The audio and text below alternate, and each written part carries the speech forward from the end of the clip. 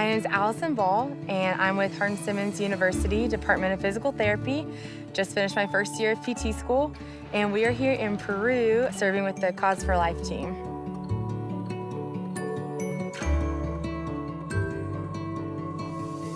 This past semester at PT school, we were a part of the Cause for Life program, and that involved 3 steps. The first was the Beyond Suffering course, then being a short-term missionary at Family Retreat, and now being here in Peru with Wheels for the World. Buenos días. Buenos días. Hi. ¿Cómo se llama? Amilcar.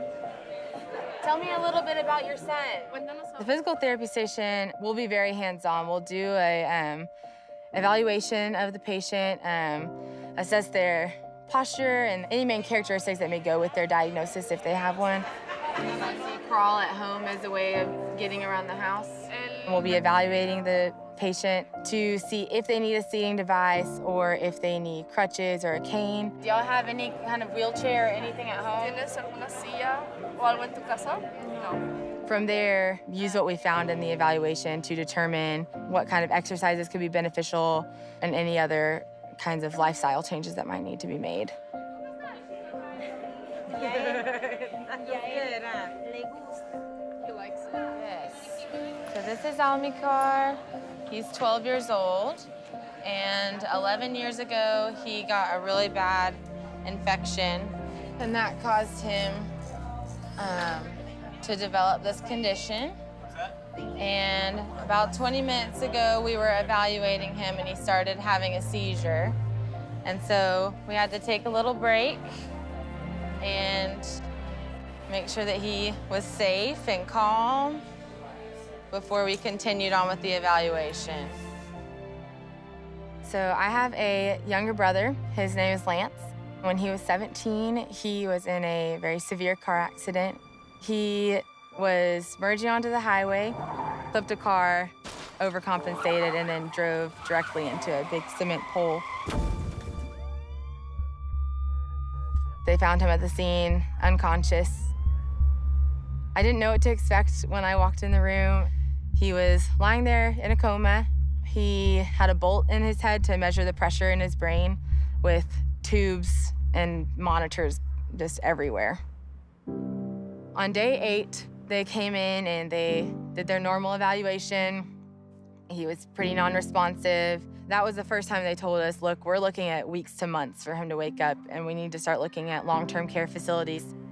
And I think God has just really impeccable timing sometimes, and I think we want to be in control a lot and know what's going on, and he uses those moments to say, stop trying to get answers from other people and just let me do what I need to do. 2 hours after we got that information, I saw something in his eye. I don't know if it was a tear. Something was just different. And so I walked over to him and said, Lance, if you can hear me, I need you to open your eyes. And he did. We immediately just gathered around him and we just started praying. Probably like 5 seconds into the prayer, he just raised his arm up and pointed straight to heaven. The experts gave us one timeline and God showed us a completely different timeline. His recovery has just shown me how important it is to trust God and just to follow his lead and to not rely on my own understanding because his plan surpasses everything else. So I've been working with Amilcar on his spastic tone. I've been talking to his mom about how she cares for him at home, especially once they have the wheelchair. One of the main things is going to be watching for pressure sores. Allison is our class president in PT school. She's someone I greatly respect. And her patience is amazing, and there's not any other person that I would have wanted to work with today besides her. So Amilcar and his mom have been very patient throughout this whole process. We've been at it for a few hours, and we've been making a lot of modifications to the chair. I had made a back for the chair, special for his back, and it wasn't fitting. At that point, I just stood there and I was like, okay, deep breath. We're gonna add a headrest, add lateral support so that he has good trunk support. As soon as we got him in the chair, we thought we were done, and all of a sudden straps weren't gonna work and headrests were falling off. And at that point, I just had to laugh because I was like, all right, God, we're not done. Clearly, we still need a little bit more time with this family. Okay. Today was definitely a marathon.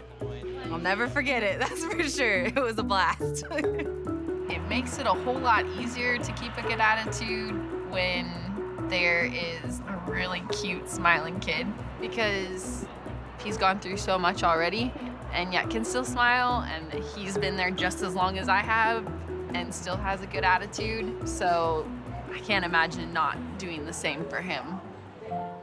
Amikar's mom stays at home all day with him, and she tried to work but was unable to because she needed to care for him. So before now, his mom has just carried him places. She mentioned that they don't go outside very often because he has to be carried. Carrying a child for 12 years, he's only gonna get bigger. And for him to be able to interact with his siblings and his family is gonna be big for him. Seeing people here with disabilities that were just from car accidents or from being in a coma or similar situations, it's crazy to see where my brother could have been. I think before this experience, I would have said that ministering spiritually and physically can go together, but I'm not sure that I would have said that I know how to do it. And I think after this experience, I learned so much about just the importance of building relationships and being present with your patients and seeing them as people first and not just a diagnosis. We're able to provide them with an hour or two of therapy and hopefully with an assistive device that makes them more functional, but that is a temporary fix, and I hope that we are able to minister to people and give them eternal hope in God through praying with them and giving them resources. I will never forget Amikar's smile, and also just seeing the joy on his mom's face whenever he was first put in the chair, and just being able to see how that's going to change their life in that moment. This experience will absolutely impact how I continue with my practice in physical therapy. It's just really solidified my calling to be a physical therapist, and to show me how I can be the hands and feet of Jesus through the use of physical therapy. My faith has just grown immensely because of Cause for Life.